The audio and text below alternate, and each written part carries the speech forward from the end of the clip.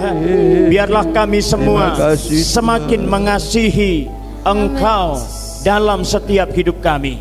Terpujilah namamu, berfirmanlah bagi kami siap mendengarkannya. Hanya dalam nama Tuhan Yesus bersama kita berkata amin. Sekali lagi tepuk tangan bagi Tuhan kita. Haleluya. Silahkan duduk Bapak Ibu Saudara. Selamat pagi semua. Shalom. Ya, puji Tuhan.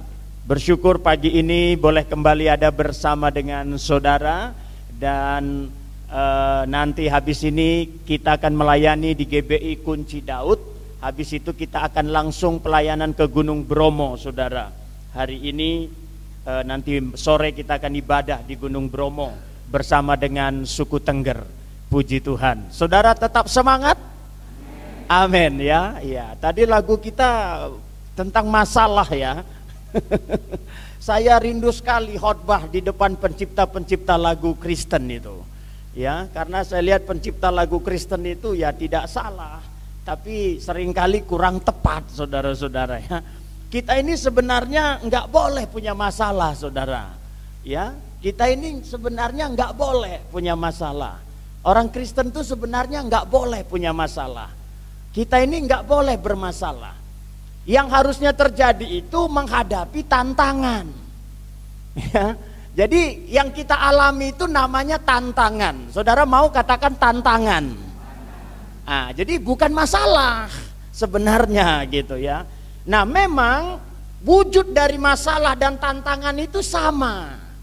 Saya juga berapa kali khotbah di sini sudah pernah saya sampaikan itu. Ya, wujudnya itu sama, wajahnya itu sama gitu. Makanya memang kadang-kadang ya kita kadang-kadang samakan masalah dengan tantangan karena memang dia wujudnya sama. Lalu bedanya di mana? Kan begitu. Kalau wujudnya sama itu bedanya lalu apa? Masalah dan tantangan itu. Yang membedakan itu sumbernya. Ya. Jadi ada sumber yang membuat persoalan itu jadi masalah. Tapi ada sumber yang membuat persoalan itu jadi tantangan gitu. Ya, masalah atau tantangan itu wujudnya sama, yaitu persoalan. Kan begitu kan? Persoalan sesuatu yang sulit, sesuatu yang berat, atau bahkan sesuatu yang sakit. Ya, jadi masalah itu ya persoalan, tantangan itu ya persoalan, sama wujudnya. Tapi sumbernya beda. Nah, sumbernya ini yang menentukan persoalan seseorang itu disebut masalah atau tantangan. Makanya saudara setiap kali mengalami persoalan, coba selidiki sumbernya. Nah, di sini kelemahan kita. Kita enggak, yang kita lihat hanya wujudnya. Contohnya, ada orang sakit.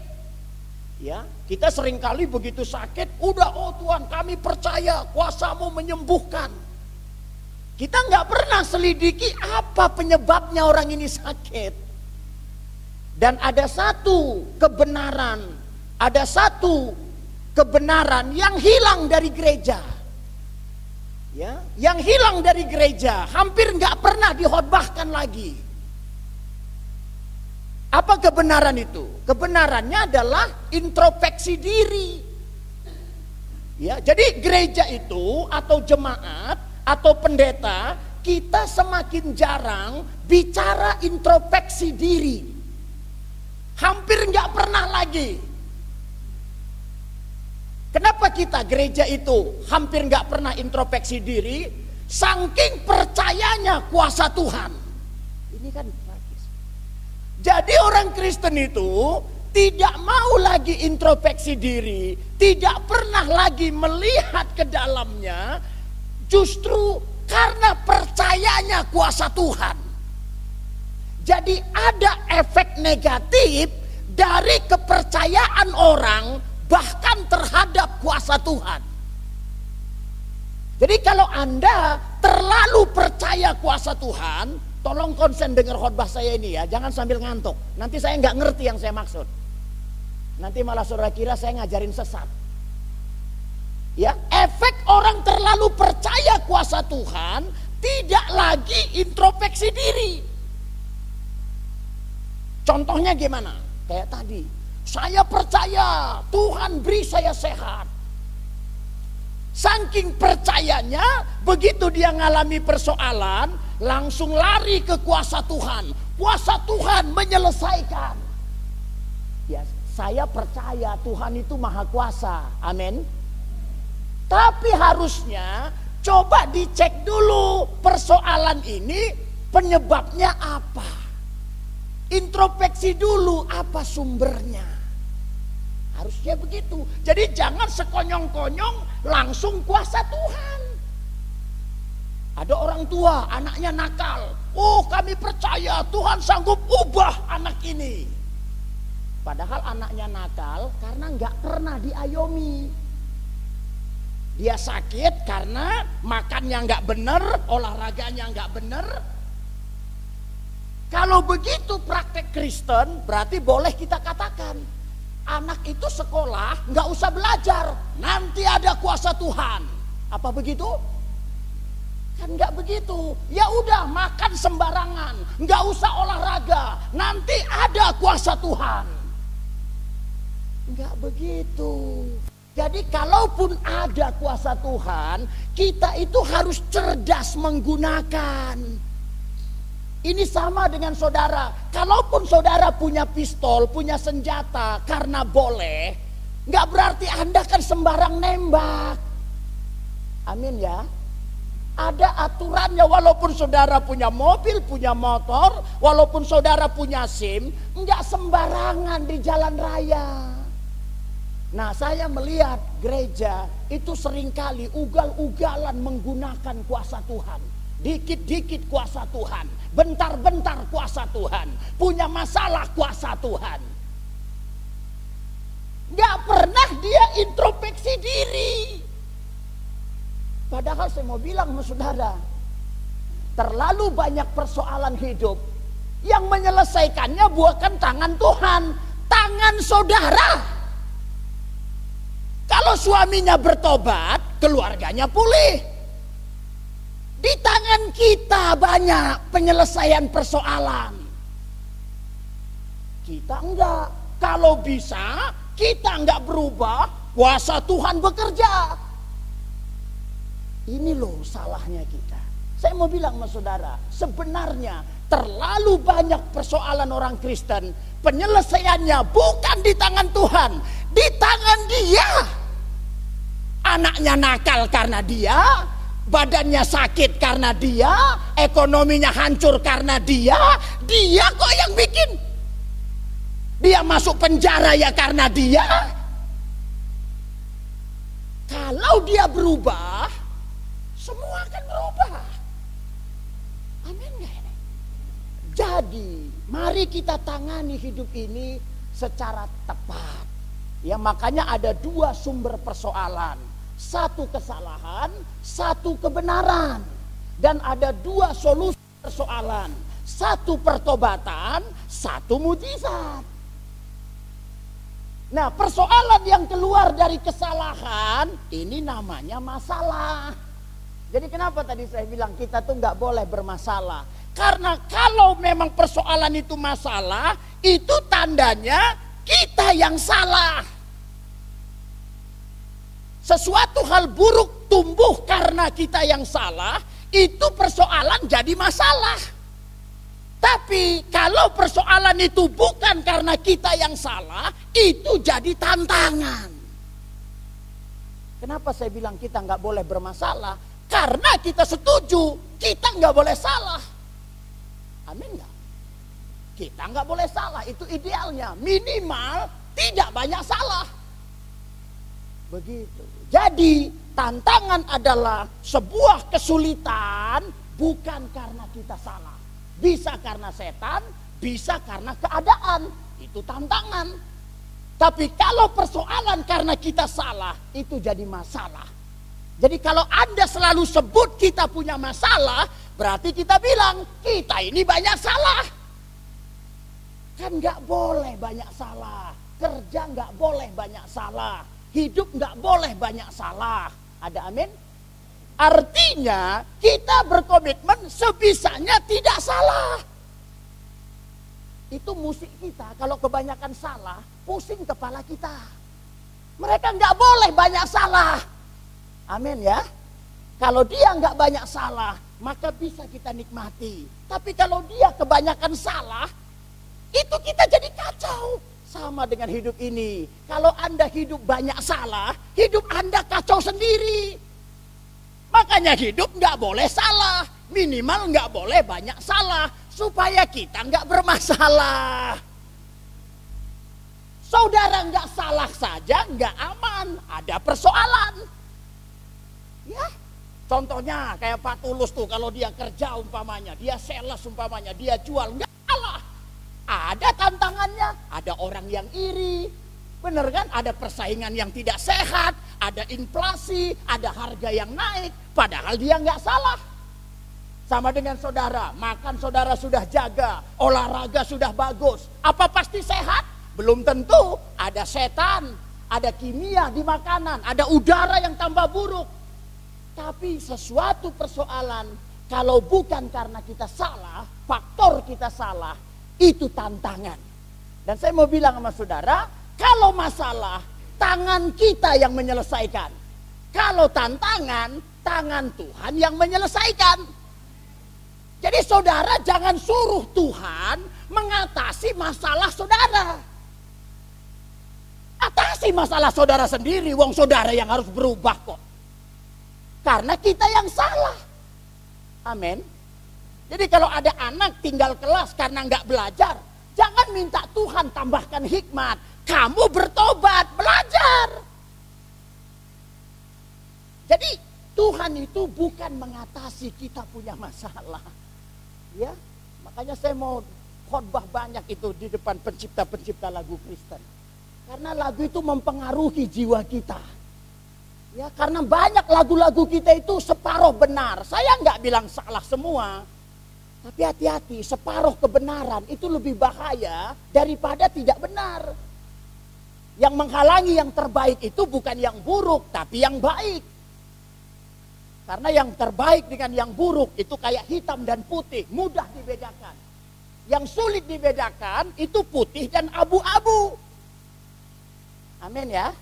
Makanya kalau ini catnya putih dan abu-abu digabung, sulit bedainnya. Apalagi Anda agak-agak rabun begitu. Kayak sama semuanya. Tapi kalau hitam dan putih, gampang.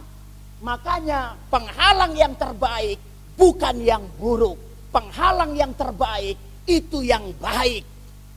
Lagu-lagu kita seringkali hanya baik, tapi bukan yang terbaik. Terbaik itu benar, baik itu ya baik, di bawah itu buruk. Lagu kita tidak buruk, dia baik, tapi tidak benar. Hati-hati dengan itu. Karena lagu itu, ya Indonesia ini pernah diubah oleh satu lagu.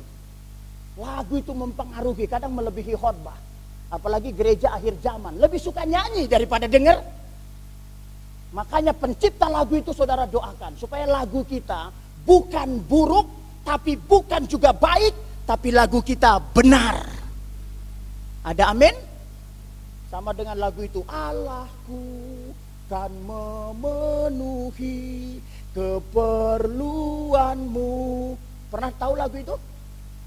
Iya, lagu itu nggak benar, itu baik. Karena ayat sebelumnya itu bicara memberi. Ayo, di mana memberinya? Nggak ada. Jadi dia langsung pakai Allah memenuhi. Padahal Filipi 4, Allah memenuhi kalau kamu memberi. Jadi harusnya itu bait pertamanya tentang memberi. Rapnya baru tentang diberkati. Kita enggak, langsung aja diberkati. Ini kan separuh kebenaran. Ya, jadi cuman ya ini sedikit briefing. Tapi saya ini satu hal yang prinsip. Saya rindu kita sekali lagi, jangan punya masalah. Tapi biarlah kita menghadapi tantangan yang datang dari luar. Dan kuasa Tuhan sanggup mengatasinya. Tepuk tangan untuk Tuhan kita yang luar biasa. Mari kita buka Alkitab dari Matius 24. Ayat 14, Bapak Ibu Saudara. Matius 24 ayat 14. Saya ingin sampaikan juga sesuatu yang sangat-sangat penting hari ini. Mari kita bangkit berdiri. Matius 24 ayat 14. Ya, Matius 24 ayat 14. Mari baca saudara. 2, 3.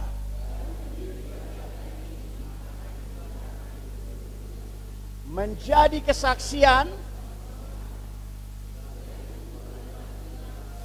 Amin. Silakan duduk. Satu hal yang sekarang saya banyak tanamkan kepada gereja. Termasuk kemarin minggu lalu kita seminar di Banjarnegara kepada 100 pendeta, 100 hamba Tuhan. Dan kebetulan juga tempat yang dipakai itu GSJA juga di Banjarnegara. Ya, nah apa yang perlu saudara kita pahami? Seringkali gereja itu melupakan bahwa gereja itu sebenarnya memiliki otoritas menyudahi dunia ini. Ya, sekali lagi saya sebutkan pada saudara, sebenarnya gereja dan hanya gereja. Tidak ada orang, tidak ada lembaga apapun yang memiliki otoritas ini. Ya. Otoritasnya adalah gereja itu punya otoritas menyudahi dunia ini, menyelesaikan dunia ini, berkata stop terhadap dunia ini. Jadi saudara dan saya sebenarnya punya satu kuasa, punya satu otoritas, kemampuan, punya cara. Dan ini berdasarkan kehendak Tuhan kita. Jadi Tuhan kita itu mau sebenarnya saudara itu menyelesaikan dunia ini. Ini sebenarnya yang Tuhan mau bagi kita. Nah, sayangnya orang-orang Kristen, termasuk saudara dan saya mungkin, kita nggak pernah memikirkan ini. Kita nggak pernah memikirkan ini, kita nggak tahu tentang ini. Makanya orang Kristen tidak mengerjakan otoritas ini. Ya, karena itu banyak orang Kristen itu hidupnya sama seperti orang yang tidak Kristen. Konsep hidupnya sama-sama yang lain. Karena fokus hidupnya juga sama. Ya. Pertama, ada orang-orang yang justru mengeluhkan dunia. Saya ingin mengajak saudara dulu coba pikirin respons kita terhadap dunia. Apa respon kita selama ini melihat dunia kita? Sebagian orang mengeluhkan dunia, mengeluhkan keadaan. Apalagi kalau harga-harga tambah naik, ya keadaan-keadaan kedengarannya tambah buruk, ya kondisi-kondisi yang sepertinya tidak membaik. Ada orang-orang, ya bahkan ini orang-orang Kristen yang saya kritik, tentu orang Kristen, saya nggak urusi orang di luar Kristen. Yang diurus oleh pendeta adalah orang yang sudah Kristen, karena itu yang harusnya tahu kebenaran. Jadi kalau kesalahan-kesalahan dibuat oleh orang nggak Kristen, kita nggak bisa komentar. Karena memang dia belum Kristen, dia belum percaya Yesus, dia nggak punya Alkitab, pedomannya bukan Alkitab. Tapi berbeda, karena kita sudah Kristen, kita sudah dalam Yesus, kita punya Alkitab. Ada amin?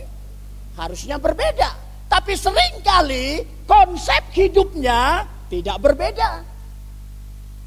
Konsep kita sama dengan mereka. Ya. Nah, pertama ada orang-orang yang mengeluhkan keadaan dunia ini. Makin hari makin mengeluh. Karena memang nanti kalau saya teruskan sama saudara, dunia kita itu bertambah jahat, bertambah berat, bertambah rusak. Dunia kita ini nggak pernah membaik, saudara. Dunia kita itu terus memburuk, tidak pernah membaik. Makanya orang yang suka mengeluh akan semakin punya bahan untuk mengeluh. Saudara yang suka mengeluh, ini kabar baik untuk saudara. Saudara yang doyannya mengeluh, sukanya mengeluh, hobinya mengeluh, ini kabar baik. Ya. Karena dunia ini akan memberikan saudara peluang, memberikan saudara bahan, semakin banyak yang saudara bisa keluhkan. Jadi saudara diberkatilah. Ya, akan semakin banyak. Jadi orang yang mentalnya mengeluh, sukanya mengeluh itu. Ya. Dan itu yang banyak dilakukan oleh orang-orang yang sudah Kristen. Mengeluh. Nah, Saya nggak tahu Bapak Ibu kalau melihat keadaan dunia ini, apa respon saudara? Apakah saudara bagian orang yang suka mengeluh? Mengeluhkan keadaan yang ada? Ya, ada orang-orang yang seperti itu, bahkan dia sudah Kristen. Ya, ada orang-orang yang fokusnya adalah mengumpulkan. Ada orang-orang Kristen yang fokusnya di dunia ini, dia mengumpulkan isi dunia ini. Bagaimana dia punya, makin punya. Bagaimana dia tinggi, makin tinggi. Bagaimana dia besar, makin besar. Ada orang-orang yang seperti itu. Yang pengennya aku tambah kaya. Gimana aku tambah kaya, asetku tambah banyak. Gimana jabatanku makin tinggi, pengaruhku makin besar. Bagaimana namaku makin populer. Ada yang seperti itu. Ya, mungkin dia nggak terlalu fokus untuk mengeluhkan keadaan.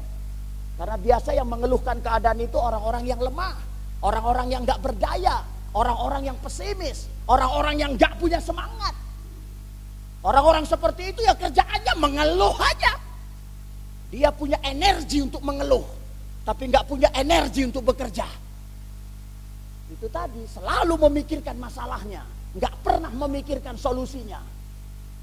Makanya semua dia keluhkan. Tapi ada orang yang mencoba mengumpulkan. Apakah saudara tipe begitu? Yang ada di kepala kita, gimana ya uangku tambah hari tambah banyak ya. Gimana ya depositoku tambah hari tambah naik ya. Gimana ya rumah satu jadi dua. Gimana ya jabatan rendah ini jadi tinggi. Ada orang yang seperti itu. Ya, padahal saya bilang sama saudara, belajarlah dari Salomo. Lambang kesuksesan dunia itu Salomo. Orang yang paling hebat secara dunia namanya Salomo. Usianya muda, kedudukannya raja, hartanya melimpah, pinternya luar biasa. 1000 wanita. Kurang apa? Nggak ada orang yang lebih hebat dari Salomo di bumi ini. Saya pergi ke Brunei Darussalam, saya tanya berapa istri sultan? Cuman 3.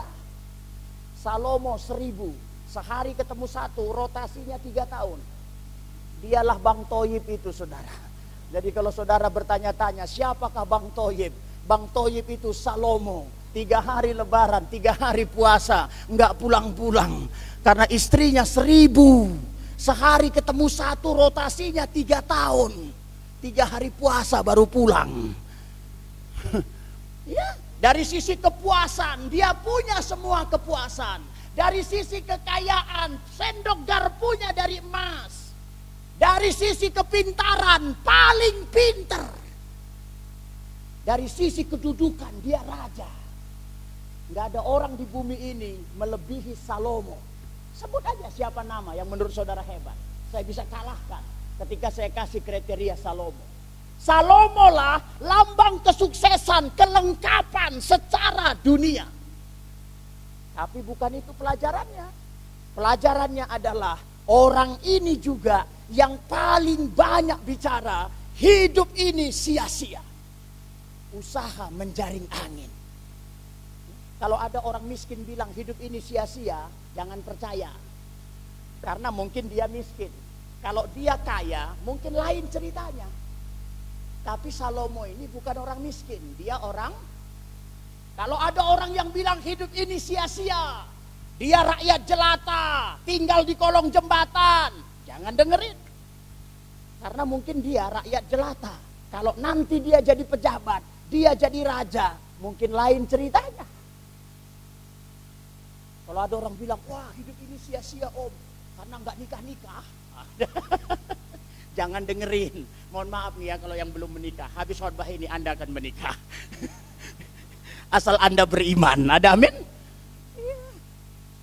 Salomo itu istrinya 1000.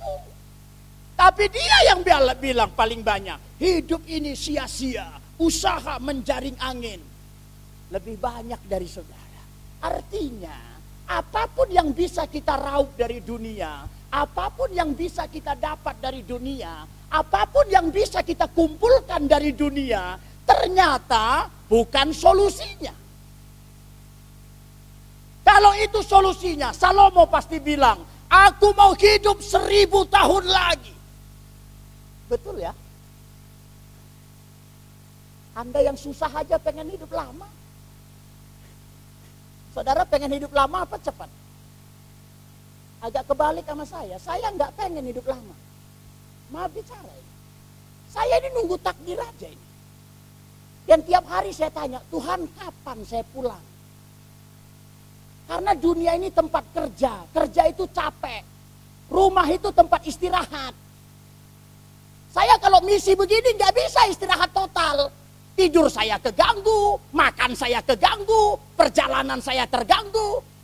Capek. Saudara jangan bilang, enak ya jadi Pak Petrus, enak ya jadi Mas Heri, bisa kemana-mana pergi. Kalau enak kenapa Anda nggak mau? Orang Kristen itu bisa ngomong aja. Enak ya. Kalau enak ya mau dong. Enak tapi nggak mau, kosong melompong namanya, itu bohong namanya. Kerja itu capek. Makanya di bumi ini capek. Saya kalau mau istirahat ya pulang.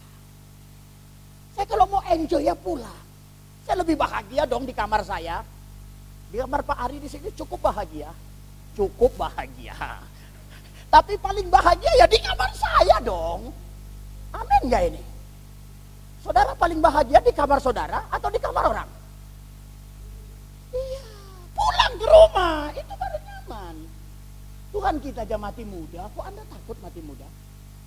Tuhan saudara berapa tahun? 70? Maka Yesus disalib pada saat 75 tahun, apa begitu? Tuhan kita tahun berapa matinya? Berapa tahun matinya?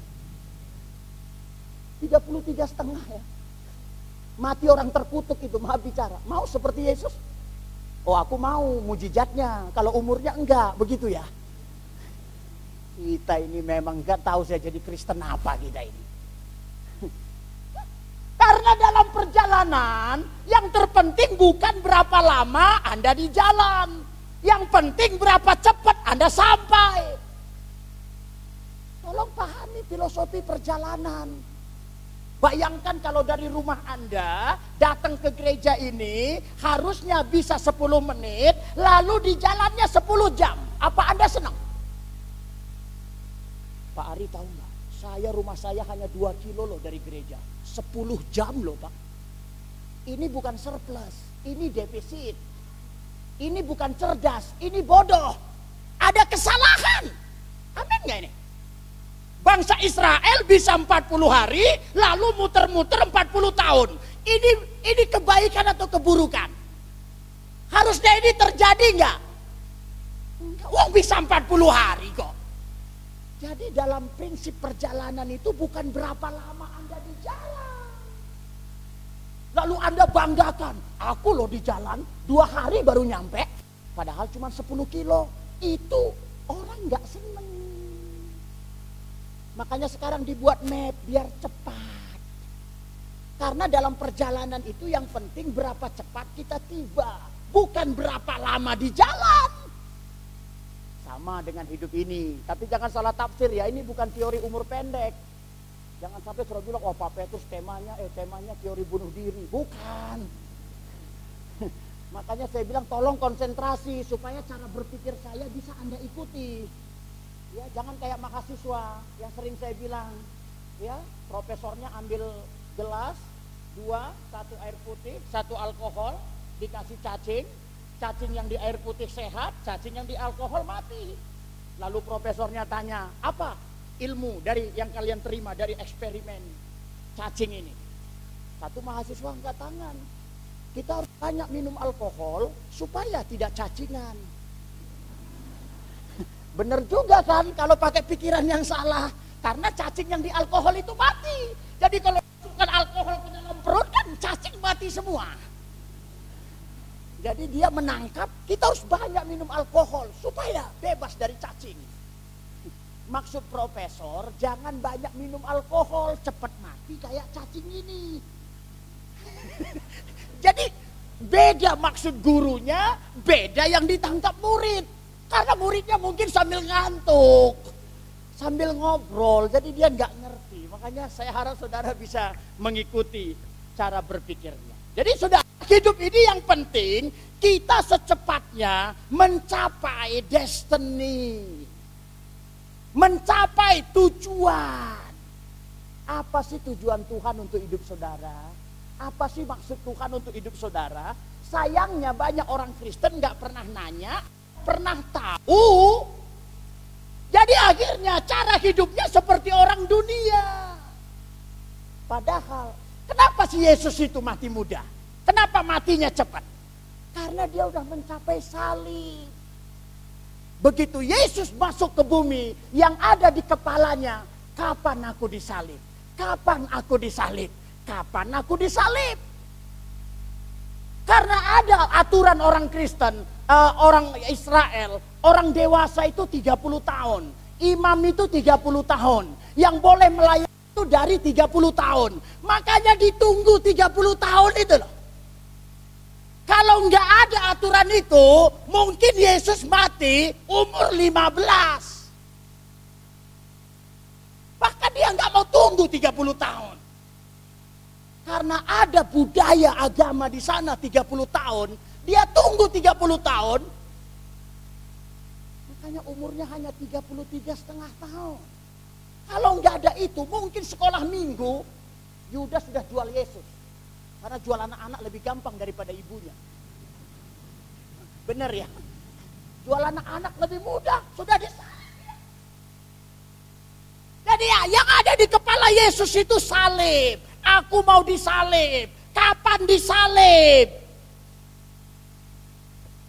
Malah ada temennya bilang, saya nggak mau sebut nama muridnya, karena sama dengan nama saya.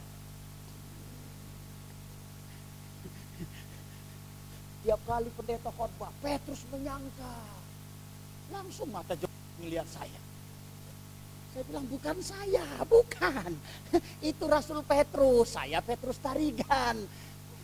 Jadi kalau saudara mendengar khotbah Petrus menyangkal, jangan ingat Pak Petrus ya. Itu bukan saya. Ya, jangan hukum kesalahan yang tidak saya lakukan. Bahkan temannya bilang, jangan disalib Tuhan. Jangan, aku nggak rela Tuhan disalib. Jangan ke Yerusalem. Yesus bilang apa? Oh, terima kasih, kamu sahabat yang setia. Apa begitu? Hai iblis. Disetankan.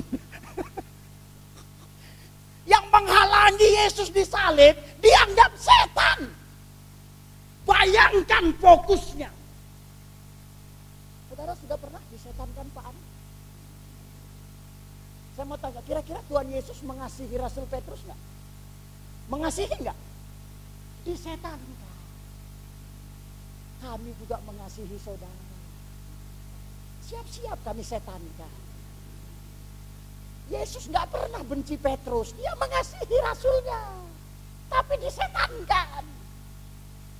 Saya merasa gereja sekarang ini, jemaat sekarang nggak ada yang siap disetankan. Apalagi dia orang kaya. Jangankan disetankan, tersinggung dikit aja, berapa sih kontrak ruko? Kita bangun aja gereja. Undang pengkhotbah, jangan kayak begini. Ya undang aja Tukul Arwana biar Anda bahagia. Sule, undang aja pendeta-pendeta pelawak. Nanti saudara senang semua, tapi siap-siap ke neraka semua. Ya, kita kadang-kadang terlalu positive thinking, bukan kebenaran. Jadi Yesus itu pikirannya destiny. Apa tujuannya aku ada di bumi? Yaitu salib. Yesus nggak pernah pikir, udah berapa deposito kita di bank? Udah mencapai target belum? Ini ada real estate baru nih, coba rasul-rasul coba cek dulu kreditnya berapa itu. Yesus nggak pernah pikir Pulau Bali itu gimana ya? Apa kita ke Thailand? Apa kita ke Eropa? Maka pergilah murid-murid berlibur di Bali. Dan mereka tidur di balai-balai di tepi pantai. Lalu seorang rasul membeli kelapa muda. Yesus ikut meminumnya. Apa ada cerita begitu? Enggak ada. Enggak ada duit, enggak ada harta, enggak ada holiday, enggak ada ketenaran, enggak ada. Sekarang yang enggak ada inilah diada-adai nama orang Kristen. Kapan saya ke Eropa? Kapan saya bisa liburan? Makanya suami-suami makin stres. Apalagi istrinya banyak nonton TV. Lihat tuh Pak, hari Sabtu ada vacation tuh. Ada tempat baru loh Pak. Stres pria-pria. Ngurusin beras aja udah stres. Kita ini sering kali nggak kayak Yesus. Yesus mikirnya destiny. Saleh. Secepatnya. Yang lain nggak penting. Saudara tahu nggak destiny saudara? Saudara ngerti nggak apa panggilan spesifik yang Tuhan mau Anda kerjakan dalam proyeknya di bumi ini? Atau Anda hanya beragama sebagai kedok, sebagai baju, sebagai formalitas, kayak orang beragama? Oh, orang kan harus ada agama, kita juga punya dong. Orang kan punya hari ini, kita juga harus punya dong jam ibadah. Lalu selebihnya hidup ini terserah Anda. Orang cari harta, Anda cari harta. Orang pengen populer, Anda cari populer. Orang holiday, Anda juga orientasinya holiday. Makanya banyak orang Kristen begitu susah cari Yesus, begitu kaya cari holiday. Saudara kalau kaya cari holiday, nanti kalau susah minta holidaynya yang nolong ya. Susah nyari Tuhan, begitu kaya bukan bela pekerjaan Tuhan.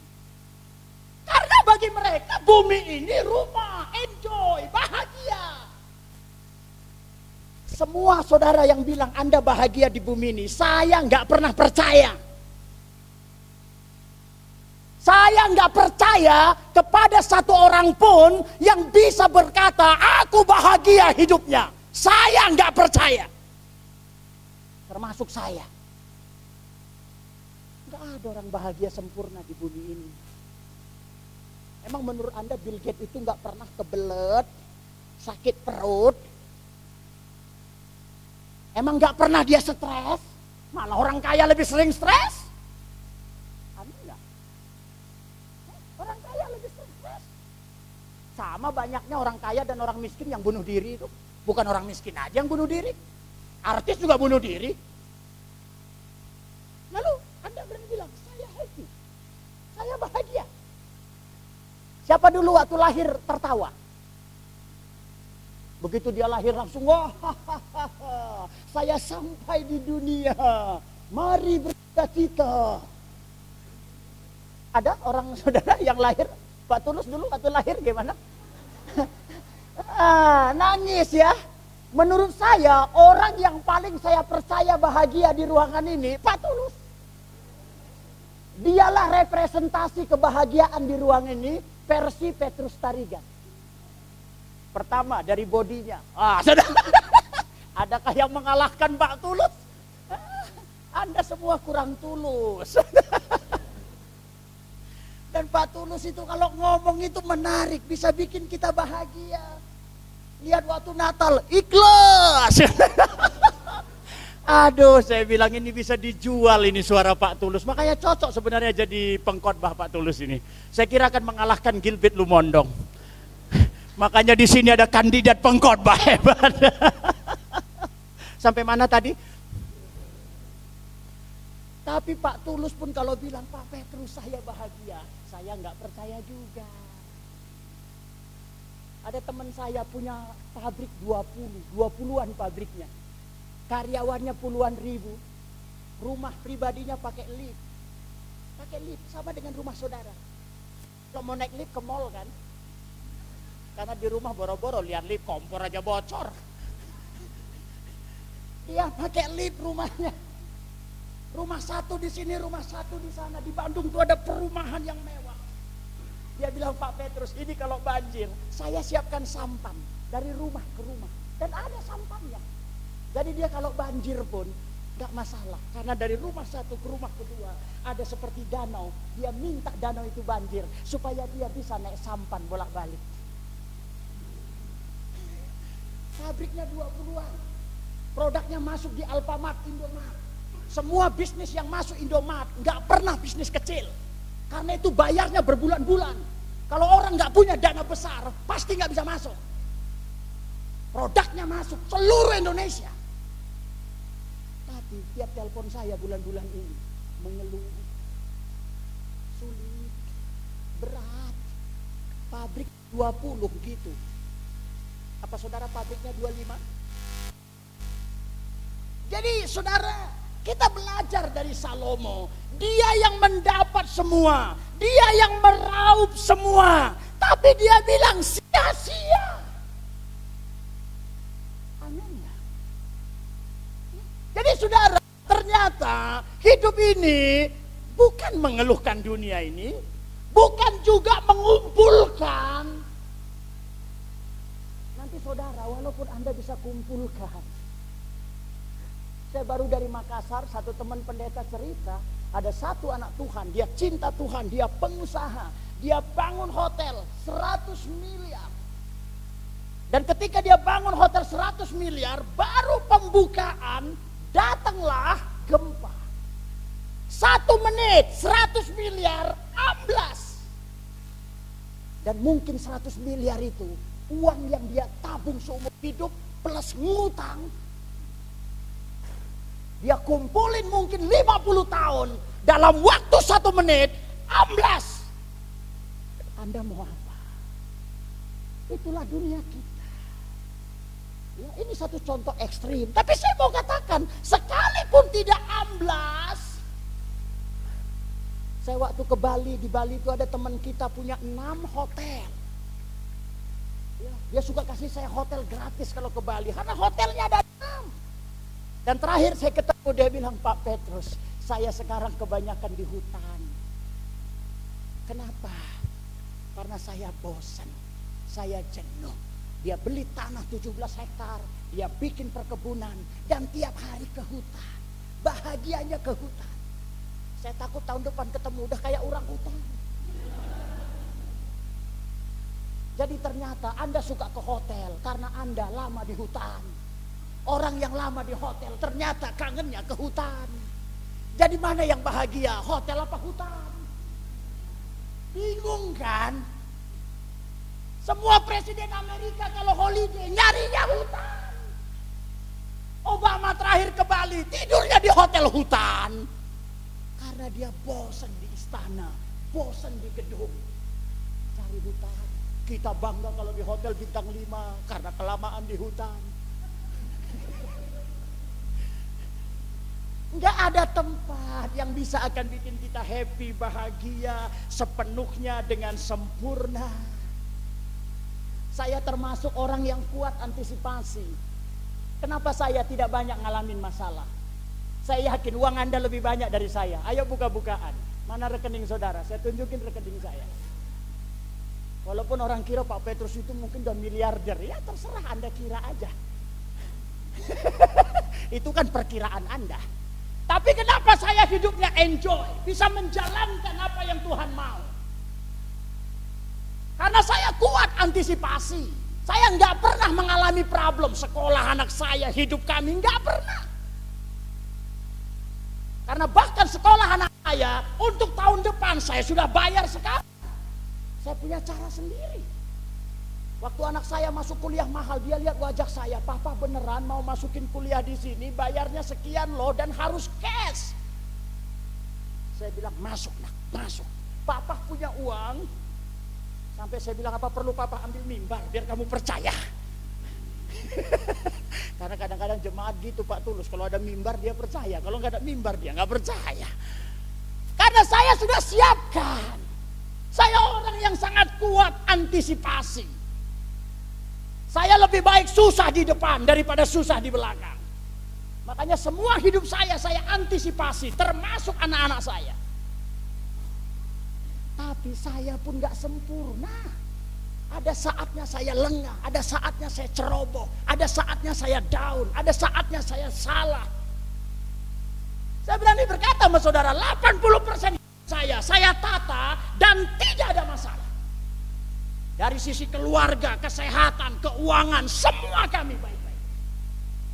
Saya berani katakan 80% kami gak ada masalah. Tapi tetap gak 100%. Sekarang gigi saya mulai rusak dan saya bingung. Rambut saya mulai rontok, saya bingung. Saya bingung, ini kenapa bisa begini?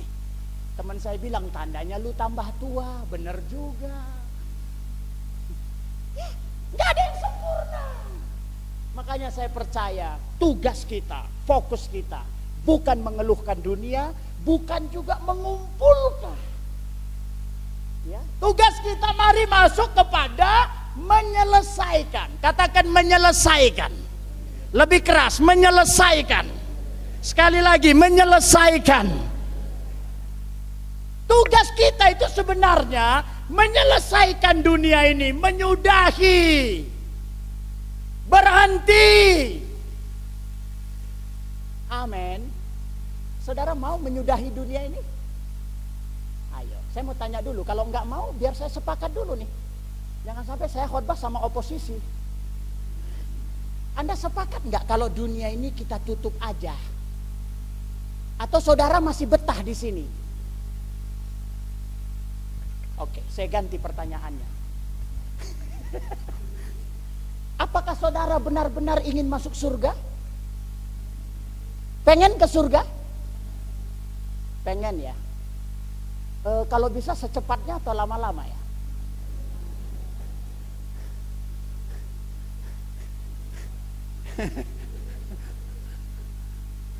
Saudara pengen ada dunia baru, hidup bersama Yesus? Nah, saya mau bilang ya, dunia baru nggak pernah ada kalau dunia lama ini nggak selesai. Itu syaratnya. Film baru nggak pernah muncul kalau film lamanya belum selesai. Makanya film tuh berseri, seri ini selesai baru. Ya, saudara nggak pernah kuliah kalau SMA-nya belum selesai, loh. Jadi kalau saudara mau masuk surga, saudara mau hidup dalam kemuliaan, saudara mau hidup sempurna, yang menghalangi kita itu dunia sekarang ini.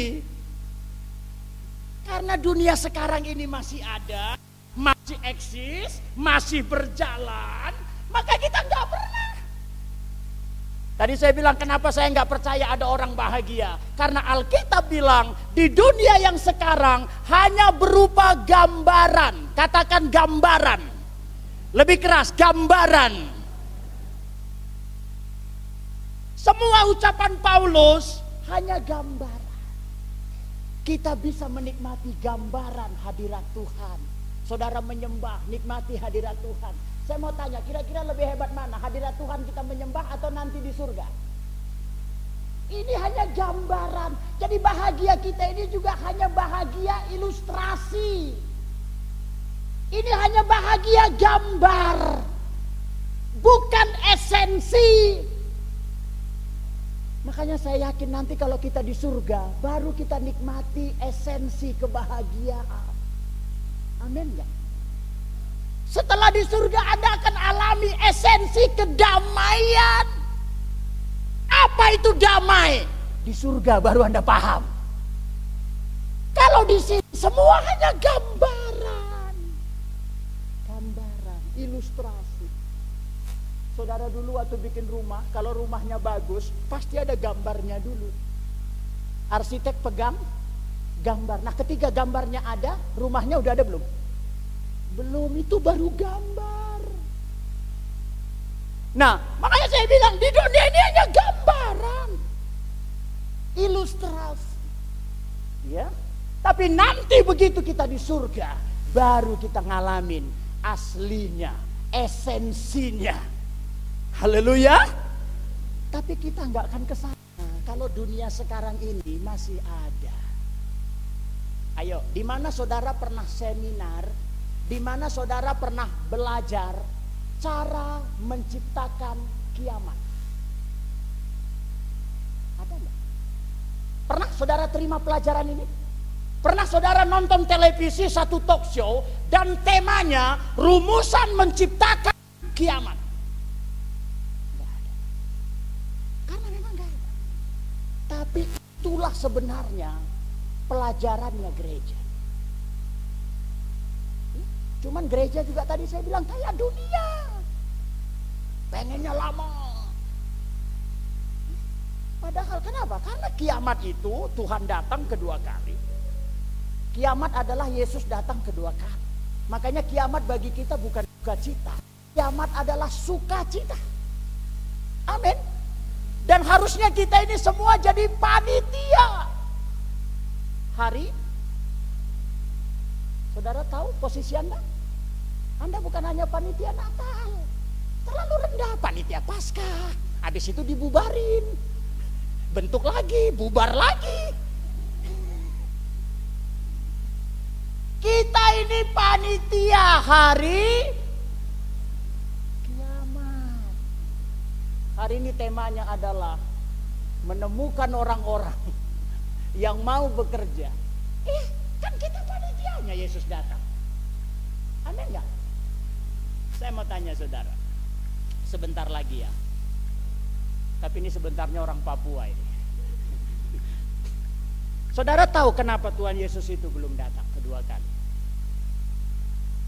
Saudara tahu nggak kenapa dunia ini belum kiamat? Kenapa Yesus belum datang? Jawabannya, karena yang dipersiapkan untuk dia datang belum tersedia. Banyak orang sekarang salah memandang Yesus mau datang. Ya, ada ayat di dalam Kisah 3, ya. Kristus, coba buka dulu ayatnya. Kisah 3 ayat 21, biar Anda tahu ayat ini. Kisah 3 ayat 21. Oke, mari baca ya dengan keras. 2, 3, silakan.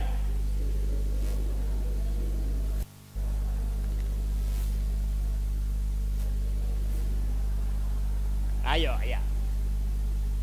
Iya, Kristus itu harus tinggal di surga. Sampai kapan? Jadi Yesus itu nggak boleh datang kalau nggak ada pemulihan, kan? Ya, dia harus nggak boleh datang sampai waktu pemulihan segala. Jadi kalau saudara mau Kristus datang kedua kali, kalau kita mau kiamat, kalau kita mau masuk surga, kalau kita mau masuk dalam kebahagiaan kedamaian sempurna, kita harus memulihkan segala sesuatu. Ya, kalau terjadi pemulihan segala sesuatu, Kristus tidak akan di surga, dia datang ke dunia. Tapi sayangnya pendeta kita dan jemaat gereja bicaranya pemulihan segala sesuatu yang berkaitan dengan kita. Makanya khotbahnya pemulihan rumah tangga, pemulihan ekonomi, pemulihan kota, pemulihan bangsa, pemulihan apa. Padahal pemulihan segala sesuatu yang dimaksud yang berkaitan dengan Kristus. Bukan pemulihan yang berkaitan dengan kita. Karena yang mau datang dia. Sama dengan begini. Saudara kalau kedatangan tamu, kira-kira yang perlu dipersiapkan itu hal-hal yang berkaitan dengan tamu atau yang berkaitan dengan kita? Yang berkaitan dengan tamu. Saya kasih ilustrasi. Saudara punya teman di Amerika, lalu teman saudara telepon, ayo datang dong ke sini, kunjungi kami rindu sama kalian. Lalu kita jawab, oke, saya akan datang. Kamu jemput ya di bandara? Sorry, kalau jemput nggak bisa. Saya tidur di rumah kamu ya, karena kami nggak ada kenalan di Amerika, cuman kamu. Oh sorry, di rumah nggak ada kamar. Nanti saya tolong kamu temenin jalan-jalan ya, karena kami nggak tahu jalan. Sorry, kami sibuk kerja. Anda mau datang nggak? Terus dia telepon lagi, datang dong, kami kangen berat. Anda mau datang nggak? Lama-lama Anda bilang apa? Bohong kamu. Betul ya? Karena kalau dia benar-benar rindu sama kita, dia pasti menyiapkan segala sesuatu yang berkaitan dengan oke, saya datang, bisa dijemput, bisa. Pesawat belum turun, kami sudah ada. Keren kan? Amin nggak? Kami tidur di rumah kamu. Siap, kami tidur di luar. Apa-apa. Loh, amin ya. Nanti temenin ya saya jalan-jalan. Kami sudah cuti selama kamu. berarti segala sesuatu tentang kita sudah maka ringanlah langkah kita. Haleluya. Sering tuh teman-teman saya di Kalimantan, datang dong ke Kalimantan, datang dong ke Sumatera. Saya bilang segala sesuatu tentang saya udah siap belum? Kalau kalian siap segala sesuatu, besok saya datang. 1, siapkan jadwal-jadwal khotbah. Karena saya gak akan pernah mau datang kalau nggak ada jadwal khotbah yang berkaitan sama saya, ya khotbah. Rawon itu cuman bonusnya. Amin ya. Fokus saya ke Malang itu saudara, khotbah begini. Nanti makan rawon nguling itu tambahan. Saya nggak pernah datang untuk rawon ke Malang ini. Siapkan jadwal khotbah. Yang kedua berkaitan dengan saya, siapkan teh tawar. Karena minuman saya teh tawar. Kalau mau ajak renang, kalau mau ajak olahraga kayak Pak Ari renang, saudara jangan ajak saya tenis, jangan. Ajak saya renang. Ya. Jadi ada segala sesuatu yang berkaitan dengan kita, dan kalau disiapkan kita datang. Sama kalau kita mau kiamat, ini yang mau loh ya, yang masih betah nggak usah dengerin. Karena saya mau menemukan panitia hari kiamat ini yang benar-benar mau ke surga. Kalau yang bohong-bohongan Anda di sini aja nggak apa-apa. Anda mau tetap di sini selamanya juga terserah Anda aja dah. Tapi yang mau ke surga ini saya ajarin nih. Karena saya percaya kita ini nalurinya harus dibawa ke surga ini. Selama ini gereja udah terlalu banyak ke bumi ini. Ya, dan ke bumi juga nggak dapat, itu loh masalahnya, kalah 2 kali, surganya menjauh, buminya juga nggak dapat. Mending kalau buminya dapat. Iya kan banyak yang ngajak traktir, nggak pernah juga yang ngajak traktir, cuma dibuka niati, haleluya. Ya, jadi kalau segala sesuatu yang berkaitan dengan Kristus, dengan Yesus yang mau datang, dia akan datang.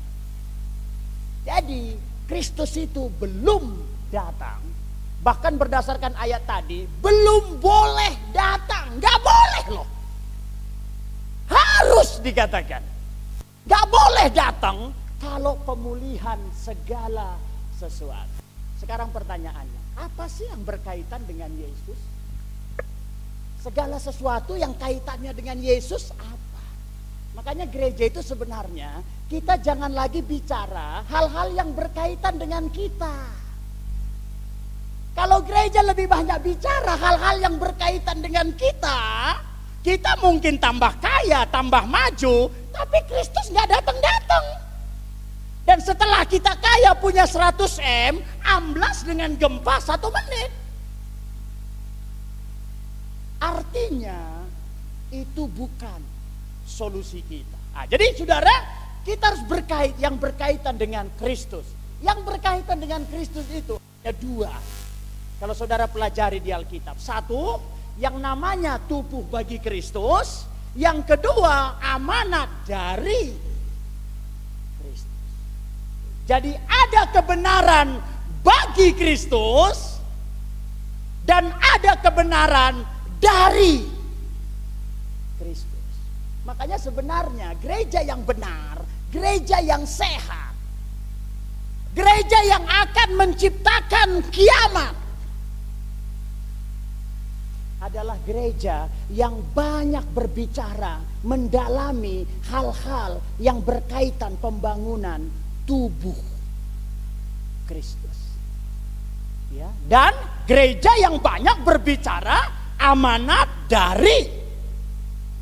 Kembali kepada Matius 24 tadi ayat 14. Nah, ini adalah yang berkaitan dengan Kristus.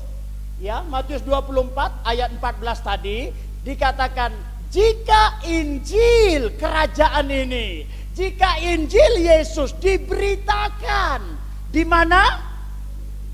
Wah, ini caranya, ini yang berkaitan dengan Kristus. Kalau Injil ini diberitakan menjadi kesaksian bagi semua bangsa, bangsa itu adalah suku. Jadi kalau Injil ini diberitakan di semua suku, saudara tahu berapa suku di bumi ini? Ada yang tahu di bumi ini berapa suku? Nggak tahu ya. Lalu apa yang Anda tahu ya? Ini pekerjaan gereja, pekerjaan Anda sebagai manusia. Mungkin Anda tentara, mungkin Anda bisnis, saya nggak perlu itu, nggak penting. Mungkin Anda guru, tapi pekerjaan saudara sebagai murid Kristus ini. Dan kalau Injil ini bagi semua suku, di bumi ini Bapak Ibu ada 5.000-an suku di seluruh dunia ini. Dan separuh suku itu di Indonesia. Makanya saya bilang gereja Indonesia itu kontekstualisasinya itu adalah amanat agung, pemuritan suku. Nggak banyak negara seperti Indonesia. Tidak ada yang kebetulan. Ada amin? Sayangnya gereja Indonesia nggak bicara pemuritan suku, pelayanan suku. Bicaranya berkat, mujizat, praise worship, entertainment, mega church, minyak urapan, naik turun surga. Gereja jemaat di Indonesia itu paling sakit di Indonesia. Secara rohani gereja di Indonesia ini ibarat manusia itu sudah buta, lumpuh, stroke, nggak mati. Itu gereja Indonesia. Kenapa? Karena disiksa oleh pendetanya sendiri yang diajarkan hal yang nggak betul. Sehingga gereja Indonesia itu bangga kalau dia bawa minyak kemana-mana. Orientasinya minyak. Ada yang sukses, ada yang berkah, ada yang entertainment, pakai lighting, lampu kelap-kelip. Ada gereja menyembah keluar asap. Kapan gereja kita berasap, Pak Aryo? Saya sering tunggu ini udah berasap belum? Karena ada gereja kalau saya khotbah menyembahnya itu keluar asap. Saya dulu cek ini asapnya dari atas dari bawah ya. Kalau dari atas berarti dari surga. Saya lihat dari sudut, oh ini asap diskotik ini. Tapi maksudnya itulah yang dianggap penting oleh gereja. Ada yang menganggap penting itu berkat, ada yang menganggap penting itu entertainment, ada yang menganggap penting itu organisasi, ada yang menganggap penting itu minyak urapan, ada yang menganggap penting itu Yahwe-Yahwean. Coba nanti cek di YouTube, cek nama-nama pengkhotbah pendeta kita. Ada nggak yang bicara pemuritan suku? Hampir nggak ada. Jadi yang disuruh nggak disentuh. Makanya kalau kita ajak ke suku penginjilan, paling nggak ada orang. Saya sebenarnya agak males jalan sama Mas Heri. Cuman nggak ada orang mau gimana. Kenapa saya males ngomong sama Mas Heri? Terlalu pendiam.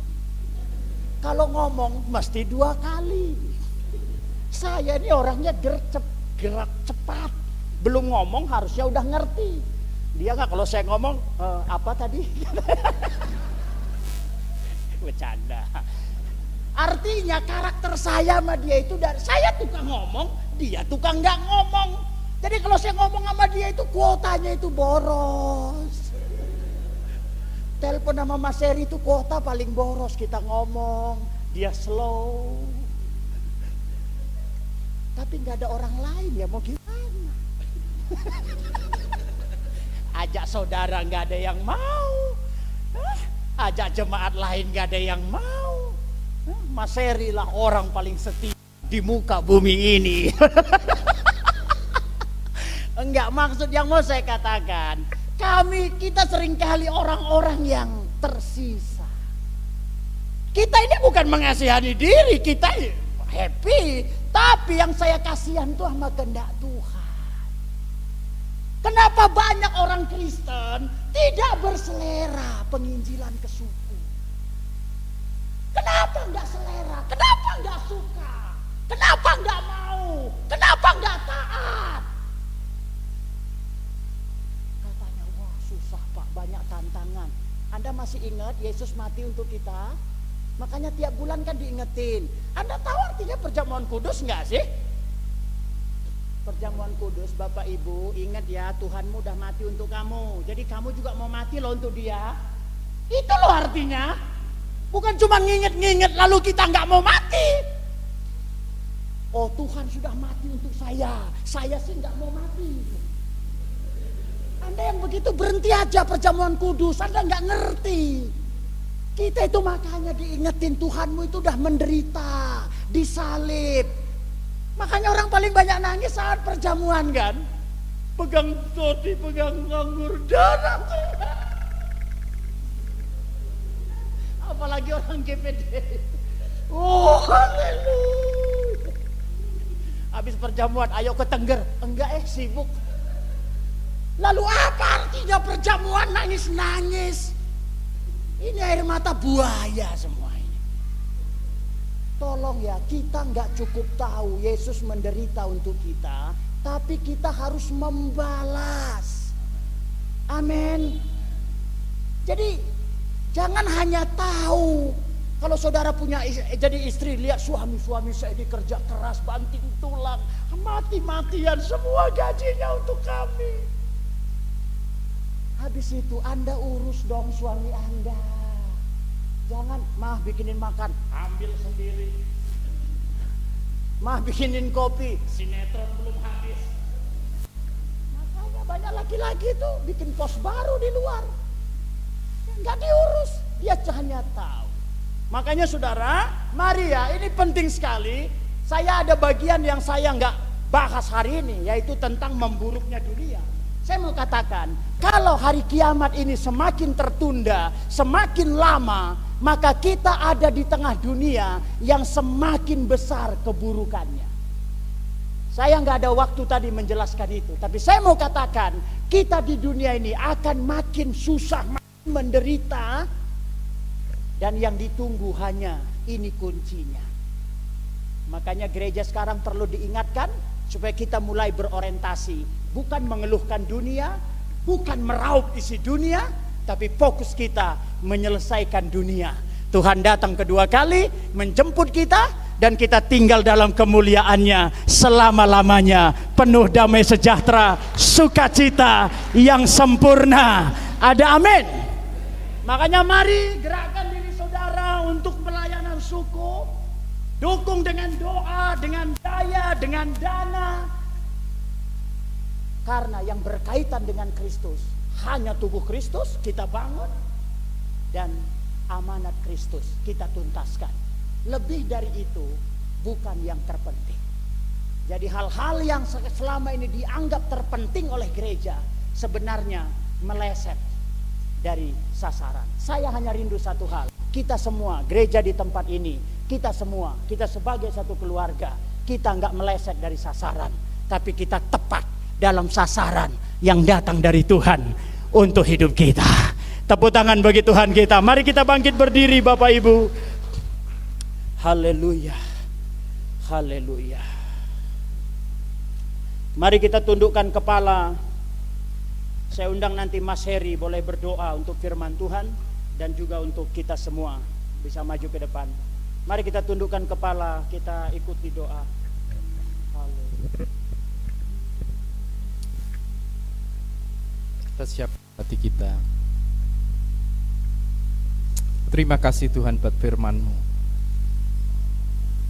pagi ini yang senantiasa menyegarkan hidup kami, yang menggugah iman kami, yang menggugah roh kami, untuk kami mau berkorban untuk Engkau Tuhan. Engkau yang sudah mati bagi kami di kayu salib. Demikian juga kami mau memberi diri kami untuk Engkau Tuhan. Banyak suku-suku yang menantikan akan uluran kasih kami, supaya mereka juga mau bertobat Tuhan. Kiranya Tuhan Engkau berikan hati yang mengasihi akan jiwa-jiwa bagi jemaat di tempat ini, untuk mengasihi jiwa yang di suku-suku yang belum ada orang yang percaya kepadamu Tuhan, sehingga nama Tuhan boleh dipermuliakan. Terima kasih Tuhan, Engkau memberkati Tuhan akan jemaat-Mu di tempat ini, sehingga jemaat di tempat ini boleh menjadi kemuliaan bagi nama-Mu. Terima kasih Bapak, yang berdoa juga untuk Pak Petrus, biarlah Engkau semakin hari semakin pakai dia untuk kemuliaan bagi Tuhan. Demikian juga Tuhan, bahwa nama-Mu akan dipermuliakan di tempat ini, melalui jemaat-Mu di tempat ini. Engkau juga memberkati Pak Ari dan pelayanannya, dan Ibu Ari beserta anak cucunya yang Engkau memberkati. Terima kasih Bapak, kami bersyukur untuk ibadah ini, dan selanjutnya Engkau akan berkarya untuk nama-Mu di tempat. Terima kasih Bapak, kami bersyukur. Kami alaskan seru permohonan doa kami hanya di dalam nama Yesus Kristus. Haleluya. Amin.